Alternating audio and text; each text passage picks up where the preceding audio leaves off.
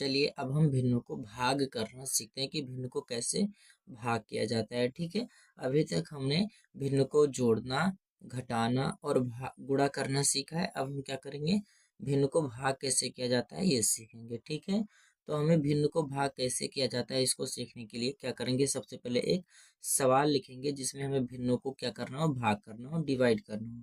तो यहाँ पर सबसे पहले हम एक क्वेश्चन लिख रहे हैं। जैसे मान लीजिए यहाँ पर हमने लिखा 4/2 और भाग करना है, तो हम यहाँ पर बीच में चिन्ह क्या लगा देंगे, भाग का चिन्ह लगा देंगे और यहाँ पर लिख दिए 6/3। ठीक, और एक बात इसमें याद रखना कि यदि हर बराबर हो या हर बराबर ना हो, इससे कोई मतलब इसमें नहीं रहता है। ठीक है, तो चलिए अब हम इसको समझते हैं आगे कि इसको कैसे सॉल्व करेंगे। ठीक, तो हमें इसको सॉल्व करने के दो तरीके हैं। अब हम इसको चाहे जिस तरीके से सॉल्व कर सकते हैं, इसी सवाल को मैं अभी आपको दो तरीके से बताऊंगा। ये पहला तरीका आप समझिए ध्यान से।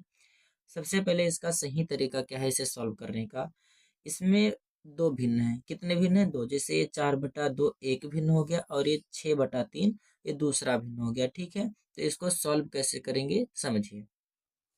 हम क्या करेंगे सॉल्व करने के लिए, इसमें जो पहला भिन्न है 4/2, इस 4/2 को हम जैसा है वैसे ही यहाँ पर क्या करेंगे, लिख लेंगे। और यहाँ पर भाग का चिन्ह लगा हुआ है, फिर यहाँ पर दोबारा यानी अगले नेक्स्ट स्टेप में हम क्या करेंगे, गुणा के चिन्ह में बदल देंगे। इस भाग को गुणा के चिन्ह में बदल देंगे। और जो ये हमारा दूसरा भिन्न है 6/3, इसको हम उल्टा कर देंगे, यानी इस 3 को ऊपर ले जाएंगे और 6 को नीचे, यानी इसको हम 6/3 के बजाय लिखेंगे 3/6, उल्टा कर देंगे। ठीक, अब हम आगे क्या करना है, ये हमारा क्या बन गया, भिन्न का गुणा बन गया। ये सवाल जो हमारा है ये हमारा क्या बन गया, भिन्न का गुणा बन गया। तो चलिए अब हम भिन्न का गुणा करना तो पहले बता ही चुके हैं आपको।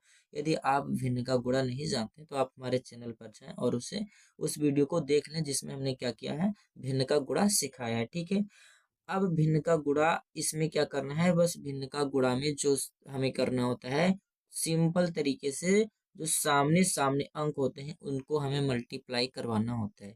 ठीक है, तो यहाँ पर 4 के सामने क्या लिखा हुआ है, 3। 4 के सामने 3, तो हम 4 को 3 से क्या करवा दें, मल्टीप्लाई करवा दें, गुणा करवा दें। तो 4 को जब हम 3 से गुणा करवाएंगे तो 4 3 हमारा कितना हो जाएगा, 12 हो जाएगा।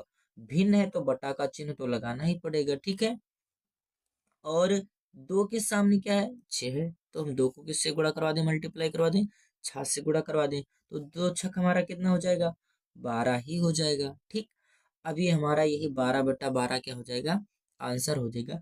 इसको काटते भी हैं, जब हम इसको काटेंगे तो इसका आंसर हमारा 1 आएगा। पर हम अभी आपको काटना नहीं सिखा रहे हैं, केवल इसको सॉल्व करना सीखिए। पर यहाँ पर थोड़ा सा बता देंगे कैसे इसे काटा जाता है, कैसे इसका आंसर आता है। ठीक है, जैसे 12 एकम 12 और 12 एकम 12, तो ये हमारा आ जाएगा 1/1। यानी जब बटा 1 हो तो उसका कोई मतलब भी नहीं रहता है, तो इसका आंसर हम सिंपल तरीके से क्या हो सकता है, इसका आंसर 1 भी हो सकता है, यानी इसका आंसर 1 भी होगा। ठीक, अब इसी सवाल को हम दूसरे तरीके से बता रहे हैं लगाना। जैसे इसी पहला सवाल है ना, अब इसी सवाल को आप यहाँ पर देखिए, पहला सवाल यहाँ पर भी, और यही सेम टू सेम यही सवाल 4/2 भागे 6/3, इसी सवाल को हम लगाएंगे। अब हम यहाँ पर इतना लंबा प्रोसेस किए हैं, पर हमें इसका एक शॉर्ट तरीका पता है जिस तरीके से हम इसे लगा सकते हैं। क्या करेंगे, इसको हम कैंची गुणा करवा देंगे, यानी तिरछा गुणा करवा देंगे। 4 को 3 से, तो 4 3 हमारा क्या हो जाएगा, 12। और 6 को किससे गुणा करवा देंगे, 2 से, तो 6 दूनी 12 हो जाएगा। अब अभी आपको यहाँ पर काटना तो बताया ही है कि कैसे काट सकते हैं। जैसे 12 एकम 12 और 12 एकम 12। और यहाँ पर थोड़ा सा और ध्यान से समझिए इसको कैसे काटते हैं। जैसे यहाँ पर हमने इसको काट कर 1 लिखा है, कैसे क्यों लिखा, हम इस 1 का पहाड़ा जब 12 बार पढ़ेंगे तब 12 आ जाएगा, और इस 1 का भी पहाड़ा जब हम 12 बार ही पढ़ेंगे तब 12 आ जाएगा। ठीक, तो यानी इन मैंने जो ये दो अंक लिखे हैं 1 1, इनका जो पहाड़ा पढ़ने का यानी टेबल पढ़ने का जो काउंट है यानी जो नंबर है वो बराबर है, इसलिए इसको काट कर हम 1 लिख सकते हैं। तो ये हमारा हो जाएगा 1/1 हो जाएगा। बटा 1 है तो उसको हम छोड़ भी सकते हैं, तो इसका आंसर हमारा क्या आ सकता है, क्या हो जाएगा, 1 भी हो जाएगा। ठीक है, इस तरीके से हम क्या करते हैं, भिन्न का जो भाग होता है उसको सॉल्व करते हैं, उसको हम हल करते हैं। ठीक है, इसी तरीके से आप भी किसी भी भिन्न को यदि भाग करना हो तो क्या कर सकते हैं, हल कर सकते हैं। सेम टू सेम इसी तरीके से हल किया जाता है, पर आप चाहे इस तरीके से लगाएं चाहे इस तरीके से लगाएं। ठीक है, और यदि आपने हम भिन्न का जोड़ घटाव या गुणा नहीं सीखा है, नहीं जानते हैं, तो आप हमारे चैनल पर जाएं और उन सभी वीडियो को देखें जिनमें हमने ये सब क्या किया है, सिखा दिया है भिन्नों के बारे में, और उसे सीख लीजिए।